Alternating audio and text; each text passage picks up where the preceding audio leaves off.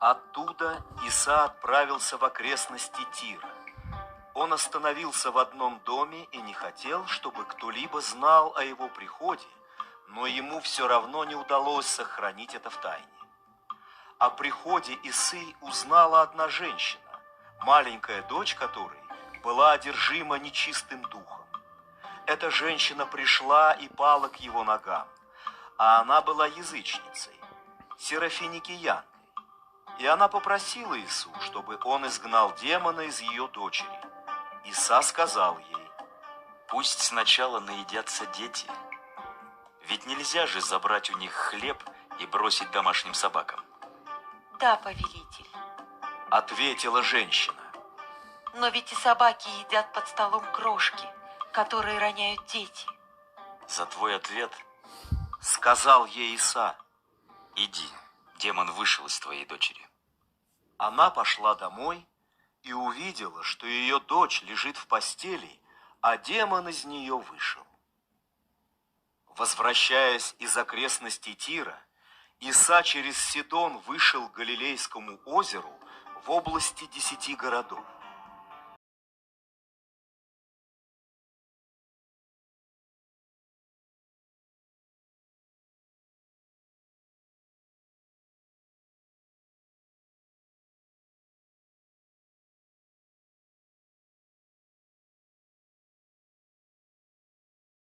Там к Исе привели глухого и невнятно говорящего человека и попросили возложить на него руку.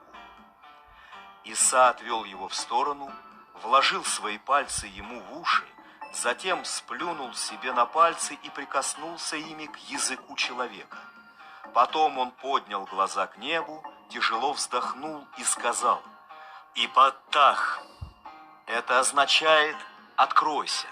К человеку тотчас же вернулся слух, скованный язык стал двигаться, и он начал говорить ясно.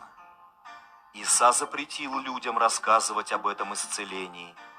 Однако, чем больше он запрещал, тем больше они рассказывали. Их удивлению не было предела. Все, что он делает, хорошо. Говорили люди. Он и глухих, и немых исцеляет. В те же дни, когда опять собралась большая толпа, и у людей не было еды, Иса подозвал учеников и сказал: «Мне жаль этих людей, они со мной вот уже 3 дня, и у них не осталось еды. Если я отпущу их по домам голодными, то они в дороге ослабеют, ведь некоторые пришли издалека». Как же здесь, в таком безлюдном месте, найти достаточно хлеба, чтобы их накормить? Удивились ученики. «Сколько у вас лепешек?» — спросил Иса. 7. — ответили ученики. Иса велел людям возлечь на землю. Затем он взял 7 лепешек и, поблагодарив за них Всевышнего, стал разламывать на куски, передавая ученикам, а те раздавали хлеб народу. Нашлось у них и несколько рыбок. Иса благословил их и тоже велел раздать. Люди ели и наелись досыта, и еще набралось 7 корзин остатков, а было там около 4000 человек. Иса отпустил народ и сразу же, сев вместе с учениками в лодку, отправился в Далманувские земли.